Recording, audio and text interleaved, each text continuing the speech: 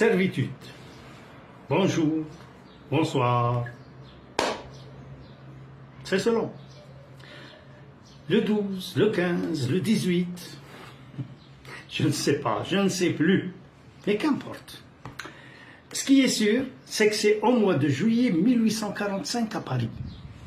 Victor Hugo, alors âgé de plus de 40 ans, fraîchement nommé pair de France par le roi Louis-Philippe Ier, celui-là même qui ordonna le débarquement des troupes françaises en Algérie en 1830 pour la colonisation. Victor Hugo, marié à Adèle Fouché, ce jour de juillet 1845 dans un petit appartement meublé, une garçonnière, loué pour les besoins, rue Saint-Roch, Victor Hugo fait mumuse dans les bras de la jeune Léonie Briard. Quand toc, toc, toc, quelqu'un frappa à la porte. Un commissaire de police accompagné par l'époux de Léonie. Ouvrez la porte au nom du roi. Là, mes amis, si ce n'est pas du flagrant délice, où je ne m'y connais pas. Et maintenant, que vais-je faire? Au XIXe siècle, l'adultère était sévèrement réprimé par la justice. Mais entendons-nous bien, cela s'applique uniquement à ceux qui sont soumis aux lois, pas les autres. Le problème de la justice dans cette affaire, c'est qu'il s'agissait d'un ponte, pair de France et membre éminent de l'Académie française. Autant condamner la France tout entière. Bien sûr, le commissaire idiot qu'il était voulait arrêter le couple coupable d'adultère, mais se heurta à l'humilité du pair de France. Alors, bête et discipliné, il se rabattit sur la partie faible, comme de coutume.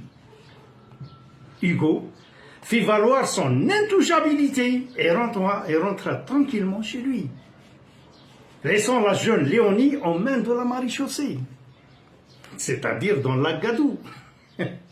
La partie faible allait payer aussi pour la partie forte, qui s'est honteusement dépinée. Victor Hugo échappa à une condamnation humiliante, de par sa position de privilégié. Mais face au scandale et au colibri de la société, il s'enferma chez lui, place Royale. Alors, durant cet isolement forcé, l'auteur de Notre-Dame de Paris se lança dans l'écriture du plus grand roman de sa carrière, Les Misérables, El Bouassa. Et c'est l'histoire d'un forçat libéré du ban de Toulon, Jean Valjean. Il a fallu 17 ans à Victor Hugo pour terminer les 3 tomes de cette œuvre majeure. Mais la justice s'est vengée sur la jeune femme.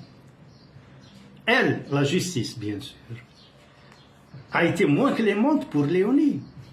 De poids, de mesure. Sans fausse honte ni conscience et encore moins de remords.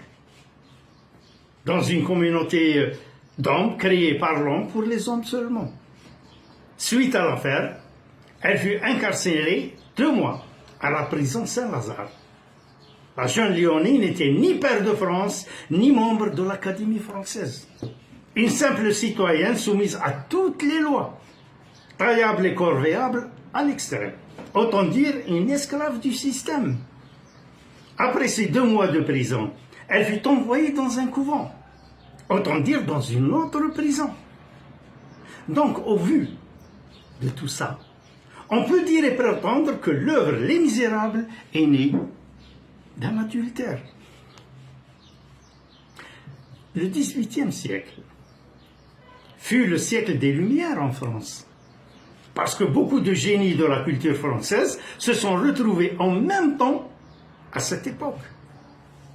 Et une large majorité des auteurs cherchaient à faire passer leurs idées à travers leurs œuvres, en utilisant différentes formes de littérature, comme les contes, le théâtre, les lettres ou les romans. Les philosophes des Lumières, comme Voltaire, Jean-Jacques Rousseau, Diderot, d'Alembert ou Montesquieu, visent surtout à informer pour sortir le lecteur de l'ignorance et à critiquer une société jugée inégalitaire et injuste. Jean Laurent d'Alembert, enfant abandonné, arrive quand même à faire une formation d'avocat. Il rejoint l'Académie des sciences en tant qu'astronome. Il rejoint l'écriture et la philosophie assez tard dans sa vie. Il coopère avec Diderot à l'élaboration de l'encyclopédie universelle. Cette encyclopédie était destinée à mettre le savoir à la portée de tous. Et le fait de mettre le savoir à portée de tout le monde dérange aussi bien le clergé que l'aristocratie, c'est-à-dire le pouvoir. Prenons par exemple le contrat social de Jean-Jacques Rousseau. Cela commence par cette phrase. L'homme né libre est partout sous le fer. Et il y a aussi cette sentence qui m'a toujours donné beaucoup à réfléchir. Le plus fort n'est jamais assez fort pour être toujours le maître. S'il ne transforme sa force en droit et l'obéissance en devoir. Vous voyez l'astuce? Si Rousseau le dit au XVIIIe, que dirons-nous au XXIe? Avec les multiplications des lois, des règles, des obligations, des impositions et des devoirs. Ça s'est multiplié. Nul n'est censé ignorer la loi. Et pourtant, nul ne les connaît, ces lois. Il y a aujourd'hui tellement de lois et de règles que personne ne les connaît. D'où l'obligation de prendre un avocat pour la moindre peccadille. Dans le même ordre d'idées, penchons-nous sur la Boétie, Étienne de la Boétie, et son discours sur la servitude. Et le paradoxe dans son discours est la question suivante. Pourquoi obéissons-nous à ceux qui nous dominent? Fin de citation. Que cela soit César, Staline ou Hitler, la question reste posée. Pourquoi? Ce pourquoi réside dans la lâcheté de l'homme en général et de la malice du pouvoir. Ce dernier s'arrange pour ne te laisser juste assez pour que tu aies peur de le perdre aussi. Alors tu te soumets au théâtre de l'absurde. Cet absurde avec le temps devient monnaie courante et change d'aspect. L'absurde devient règle sociale et le tour est joué. Ce qui se passe à Gaza, par exemple, est complètement absurde. Mais avec le temps qui passe et la banalisation de la mort au quotidien devient, avec les jours qui se suivent et se ressemblent, acceptable et banal. Soyez résolus à ne plus servir et vous voilà libres. Cette phrase de la Boétie. Soyez résolus à ne plus servir et vous voilà libres. Cette phrase de la Boétie devient ridicule quand on a plusieurs décennies de soumission à son actif, voire plusieurs siècles, comme chez les pharaons. L'habitude est une seconde nature. En 1865, après la victoire des nordistes sur les sudistes dans la guerre civile dans le nord américain, certains esclaves refusaient la libération et ne voulaient pas quitter leur maître. Non pas parce qu'ils étaient bien traités, mais simplement parce que l'habitude est une seconde nature. Aujourd'hui, en France, et peut-être dans une bonne partie de l'Europe, le citoyen n'est plus maître de ses biens, ni de son argent. il ne peut plus disposer de son argent comme bien lui semble. Le moindre retrait qui atteint 1000 euros est soumis à une demande préalable, écrite, puis un rendez-vous avec un conseiller de la banque. Et surtout, un justificatif valable et acceptable par la banque. Et tout cela, pour des raisons bidons, bien sûr. De la lutte contre le terrorisme, le blanchiment d'argent, etc. Aujourd'hui, en Europe, le terrorisme absout bien des choses. Le moindre achat qui atteint 1000 euros est signalé automatiquement au fisc pour une éventuelle imposition. Il est vrai que c'est ton argent. Tu as travaillé toute ta chienne de vie pour l'avoir. Mais tu n'as plus le droit d'en disposer selon ton bon vouloir. En vérité, c'est l'État français ou autre qui est le vrai maître de ton fric. En France encore et toujours. Aujourd'hui, si tu hérites la vieille maison de tes parents, celle où tu es né et grandi, si tu l'hérites, tu rentres de plein pied dans une galère absurde. Supposons que cette vieille maison est estimée à 200 000 euros. Le fisc, sans attendre, te réclame 40% de droits de succession. Pourquoi 40? Parce qu'à 50%, l'État devient ton frère de sang et de patrimoine. À 50%, c'est complètement fou. Alors l'État veut bien être absurde, mais pas fou. Cela pour donner l'illusion de savoir ce qu'il fait quand même. Sur une valeur de 200 000 euros, 80 000 euros est réclamé tout de suite avant de faire quoi que ce soit. Et si par hasard, tu n'es qu'un simple employé du bureau, donc pas de fric pour payer l'imposition fiscale, alors tu vends le tout pour 80 000 euros et tu payes l'État. Sinon, des pénalités vont pleuvoir au fil des jours qui passent et se suivent. L'État n'attend pas et ne fait pas de sentiments. Paye ou crève. Et finalement, en vérité, c'est l'État qui hérite, pas toi, ya Hanafi. Cette sorte de servitude moderne, parce que c'en est une, est devenue commune. Et il n'existe que deux options devant toi. Tu plies ou tu casses. Comme le roseau de La Fontaine. La France a plus de 3 000 milliards d'euros de dette extérieure. Comment voulez-vous que l'État les paye? L'idée de démocratie est une vieille arnaque du temps du Sénat grec, puis celui de Rome. Ce terme de démocratie est une combinaison de deux mots grecs, démos et kratos. Cela veut dire le pouvoir au peuple. Démos étant la communauté et kratos c'est gouverner.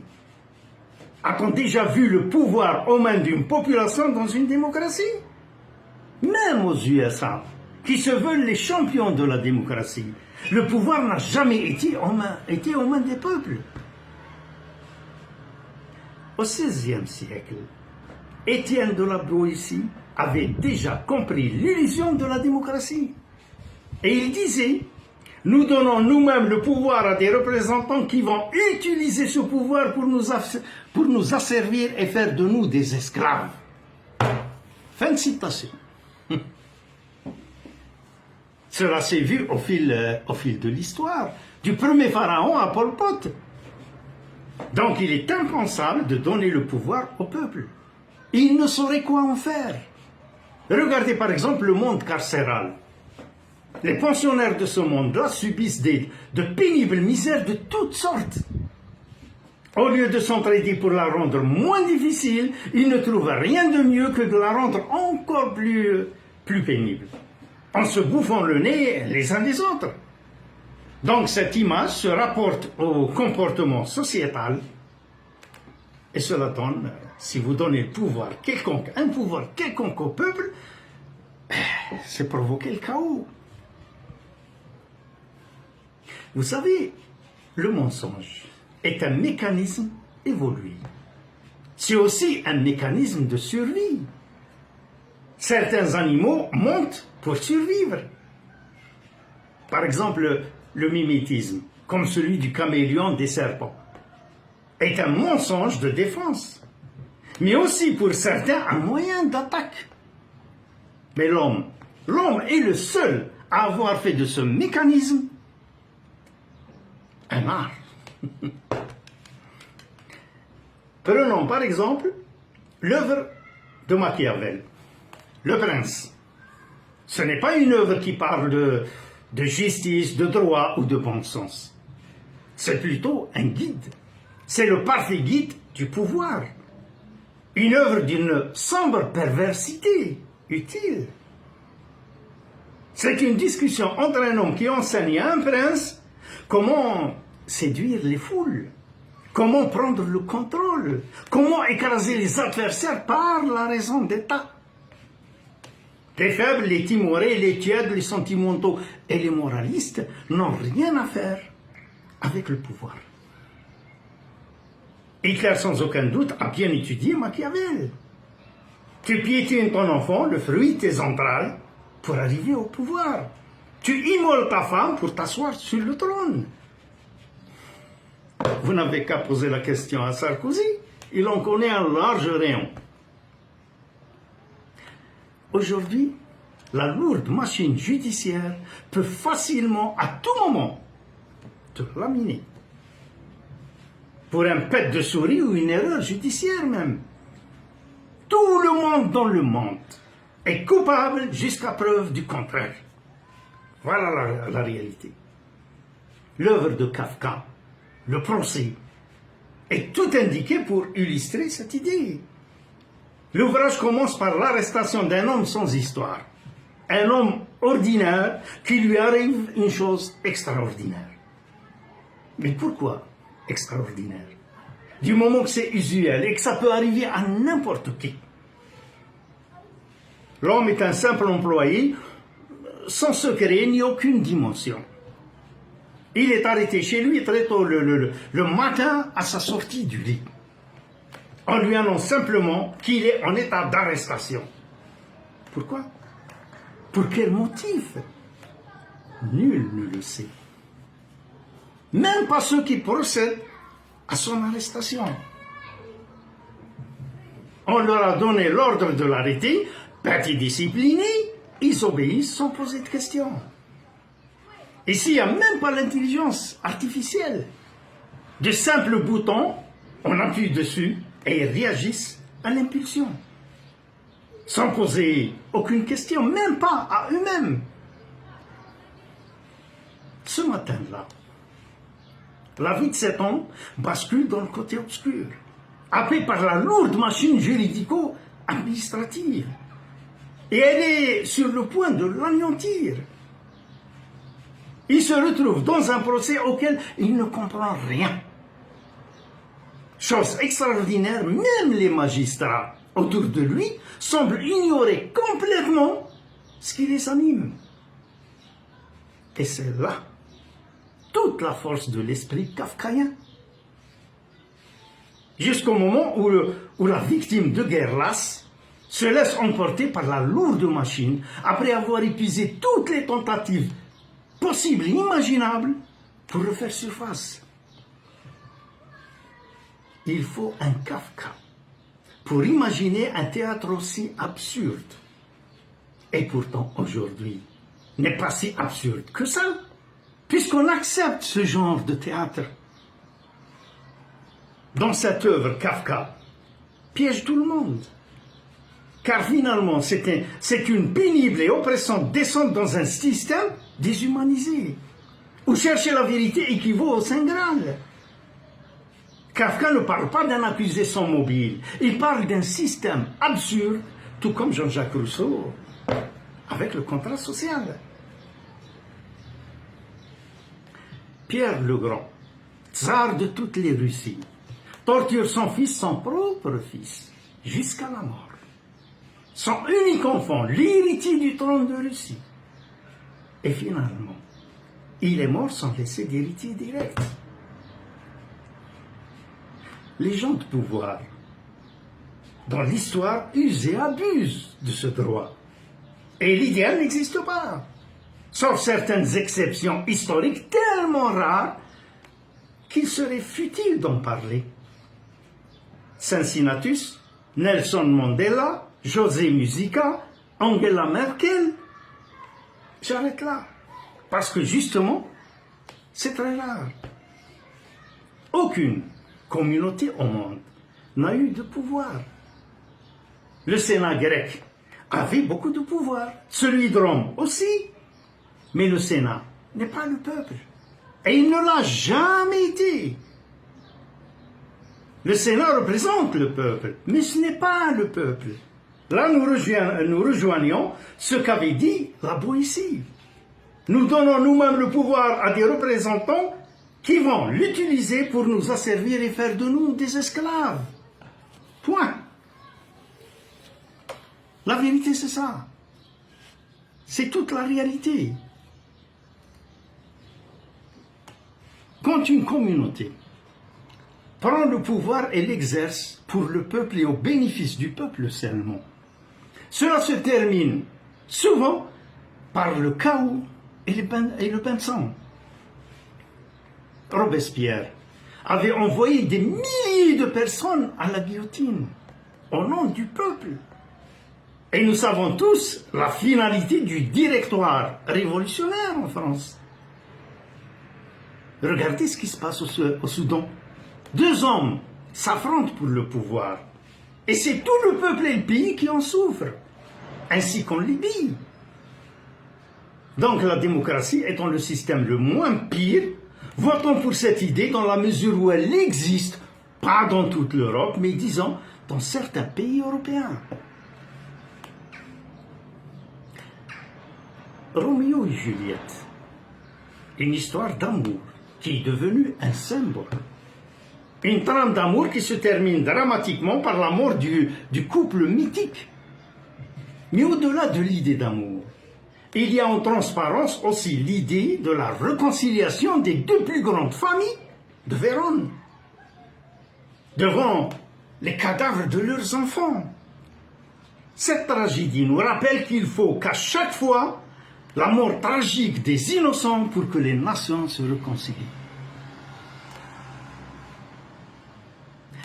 Prenons Vol de nuit de Saint-Exupéry. Il a écrit ce livre parce que lui-même était pilote. C'est l'histoire d'un pilote qui fonde une société de livraison aérienne de courrier et qui obligeait ses pilotes à voler de nuit pour que le service soit toujours présent de jour comme de nuit. Mais à cette époque, les systèmes de navigation étaient rudimentaires et le vol de nuit comportait d'énormes risques. Un des pilotes s'est perdu et il est mort au-dessus de la Patagonie.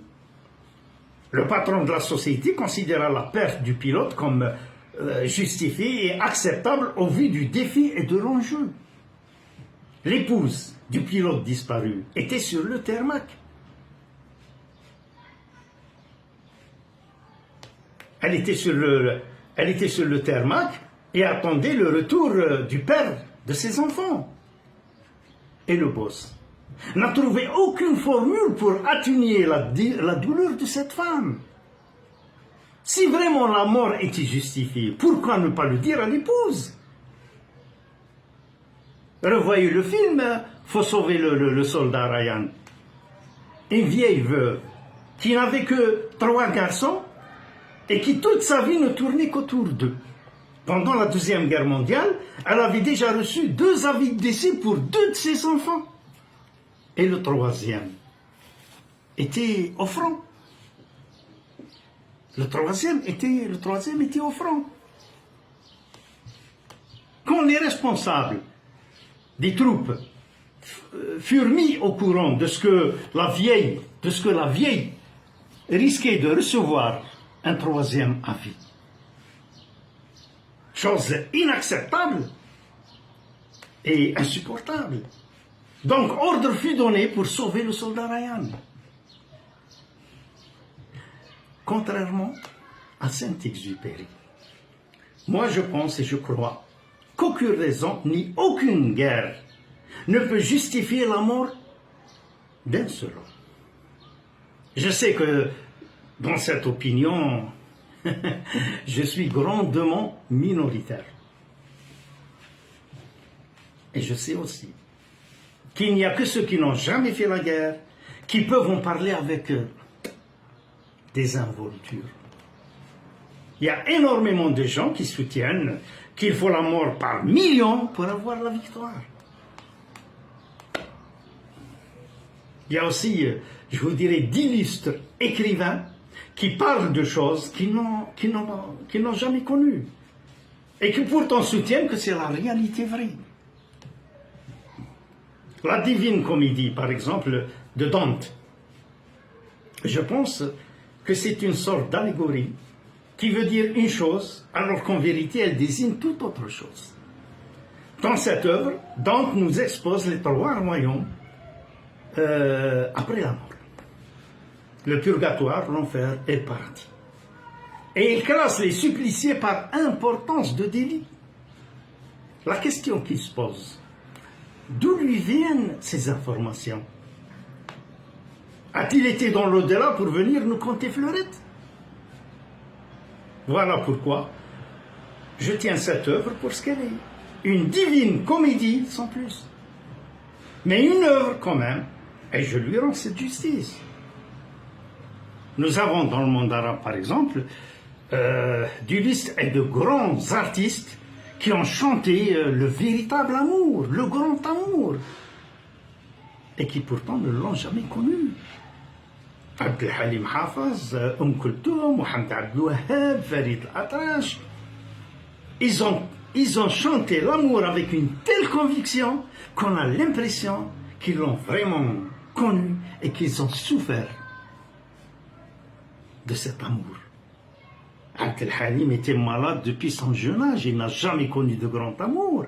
Il ne s'est jamais marié, il n'a jamais eu d'enfant. Farid aussi, il ne s'est jamais marié, il n'a jamais eu d'enfant, et pourtant il était marié chaque soir, de par sa notoriété. Kulthum, elle s'est mariée à plusieurs reprises, mais elle n'a pas laissé de descendance, et elle n'a pas connu de grand amour. Mohamed Abdel Wahab, bon, c'est autre chose, parce que lui, sa carrière, il a commencé à l'âge de 17 ans, il est mort, je crois, il est né, je crois, en 1902. Pratiquement 60 ou 70 ans de succès. Et il a eu 4 gosses, mais il n'a jamais connu de grand amour. Et pourtant, quand il chante l'amour,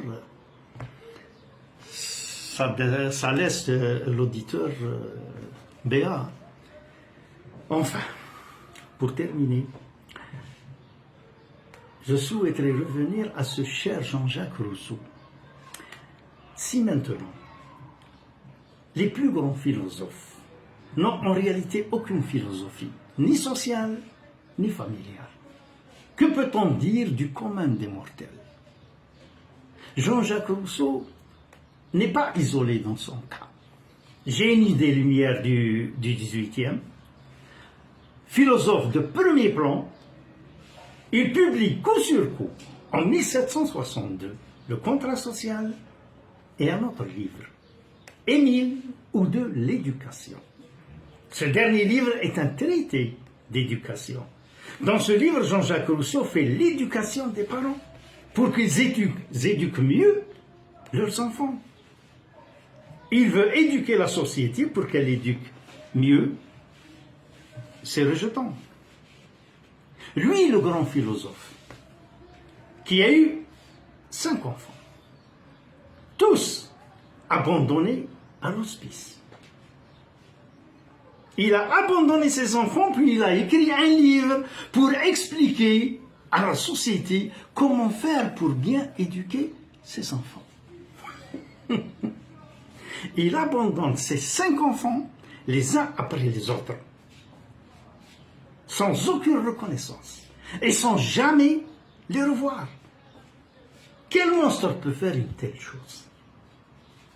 Les noms de ces enfants leur ont été donnés charitablement par les employés de l'hospice. Ces enfants étaient considérés comme des bâtards, alors que leurs parents étaient dûment mariés.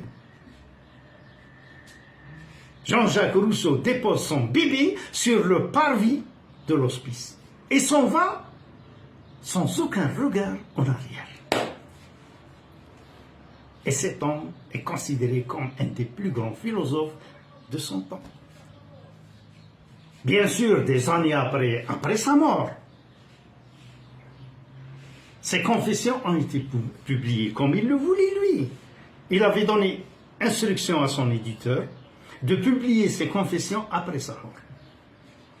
Ils sont au nombre de 10 ou 12. Bon, j'ai lu une bonne partie, pas tous, parce que ce genre de livres, on ne les trouve pas ici. Mais l'essentiel, on l'a compris. Dans ses confessions, il essaie de se justifier par rapport à l'abandon de ses enfants. J'étais pauvre et je ne pouvais les nourrir. La bonne blague. Mais il oublie, tout philosophe qu'il était, que c'est surtout les pauvres qui ont le plus d'amour pour leurs enfants. Vous savez, l'homme moderne est l'esclave de la modernité. Il n'y a point de progrès qui ne tourne pas à sa plus complète servitude. Paul Valéry. Oscar Wilde avait dit avec l'âge vient la sagesse, mais par voie, l'âge vient seul. Fin de citation. L'homme a 1000 ans. Il a 10 000 ans. Et la sagesse ne vient pas. Finalement, l'homme est capable du meilleur, mais aussi et surtout du pire. Alors, mon cher Jean-Jacques, arrête ton char. Tu n'es ni Ben-Hur, ni gladiateur, mais simplement un misérable qui a écrit des choses merveilleuses et qui a fait des choses ignobles. Je sais, je tire un peu trop sur la corde de votre patience, mais souffrez. Juste que je vous cite un texte, un tout petit texte, de Elisa Zinovievna, philosophe russe, plus connue dans le monde des lettres sous le nom d'Ayn Rand. Elle déclara: lorsque tu te rendras compte qu'il faut l'autorisation de ceux qui ne produisent rien pour pouvoir créer, lorsque tu verras que l'argent afflue non pas vers ceux qui font des échanges de biens, mais des faveurs, lorsque tu comprendras que beaucoup s'enrichissent, non pas par leur travail, mais par la corruption et l'influence, et que les lois, loin de te protéger contre eux, les protègent contre toi. Lorsque tu découvriras que la corruption est récompensée et que l'honnêteté devient un sacrifice, alors tu pourras affirmer sans l'ombre d'un doute que ta société est condamnée. Je joins à cette vidéo une toute petite vidéo que j'ai prise sur TikTok pour illustrer l'esprit des peuples dans le monde. Et je remercie l'auteur de cette vidéo avec les enfants. Alors, en fait, l'application mobile qu'on appelle TikTok, c'est un réseau social. Et pourquoi son fondateur lui a donné le nom de 2 maladies obsessionnelles? Les symptômes hyper fréquents de ces maladies d'une manière bizarre et très pénible. TikTok. Eh bien, c'est à l'image de la société d'aujourd'hui. Ciao.